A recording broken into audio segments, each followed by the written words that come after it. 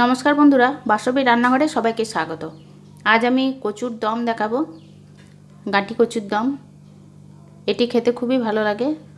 আমি যেভাবে রান্না করলাম এইভাবে করবেন, আশা করি সবারই ভালো লাগবে। তাহলে দেখুন আমি কেমন করে তৈরি করি গাठी কচুর দম।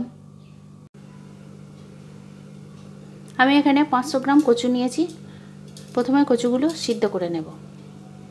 একটা সসপ্যান নিয়েছি, কচুগুলো দিয়ে দিলাম।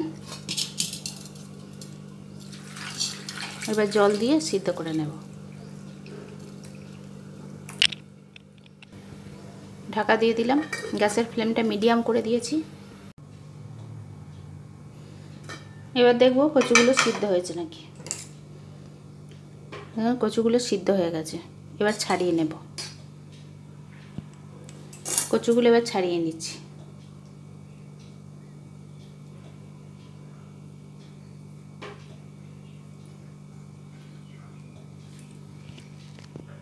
কচুগুলো ছাড়িয়ে নিয়েছি।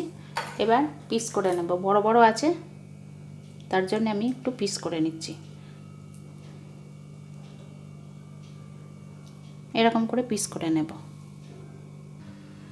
আমি একটা কড়াই বসিয়েছি, এতে কিছুটা সরষের তেল দিলাম। কচুগুলো ভেজে নেব। তেলটা গরম হয়ে গেছে, এবার কচুগুলো দিয়ে দিচ্ছি।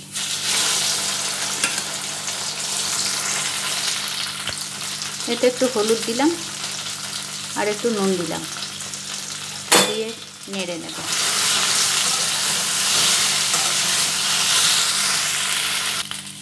কচুগুলো ভাজা হয়ে গেছে, এবার তুলে নিচ্ছি। একটু লালচে রং ধরেছে, এবার তুলে নিচ্ছি। এখানে আমি দুটো মাঝারি সাইজের টমেটো নিয়েছি, 4টে কাঁচা লঙ্কা, 6 কোয়া রসুন আর একটু আদা, এগুলো একসঙ্গে পেস্ট করে নেব। সব একসঙ্গে পেস্ট করে নিয়েছি।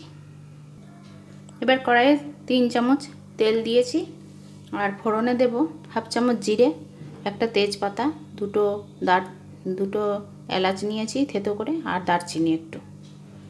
তেলটা গরম হয়ে গেছে, এগুলো দিয়ে দিচ্ছি। ফোড়নটা ভেজে নেব। ফোড়নটা ভাজা হয়ে গেছে, গ্যাসের ফ্লেম কমিয়ে দিয়েছি। এবার 1 চামচ বেসন দিয়ে দিচ্ছি এর মধ্যে। বেসনটা ভেজে নেব একটু। এর মধ্যে একটু আমি হিং দিলাম 1 চিমটি। এবার ভালো করে একটু ভেজে নিচ্ছি। গ্যাসের ফ্লেমটা কমানো আছে। এবার দুটো মাঝারি সাইজের পেঁয়াজ খুব মিহি করে কুচিয়ে নিয়েছি, এগুলো দিয়ে দিলাম। পেঁয়াজটা ভেজে নেব। পেঁয়াজটা একটু ভেজে নিয়েছি। এবার এই যে মশলার পেস্ট, এটা দিয়ে দিচ্ছি।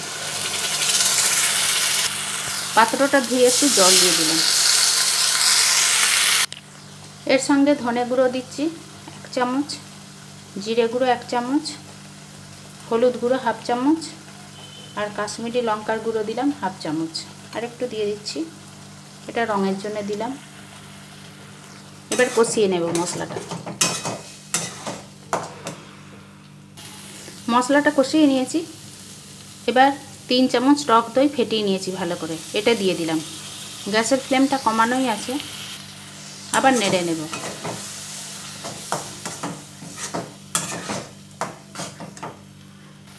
এবার ভেজে রাখা কচুগুলো দিয়ে দিচ্ছি।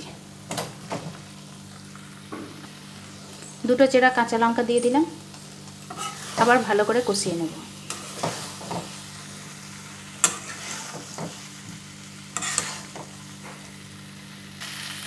পরিমাণ মতো নুন দিলাম,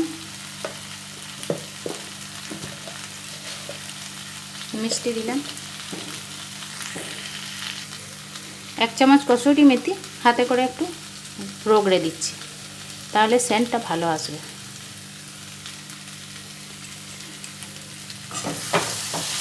দিয়ে আবার ভালো করে কষিয়ে নেব। কষানো হয়ে গেছে, এবার জল দিচ্ছি।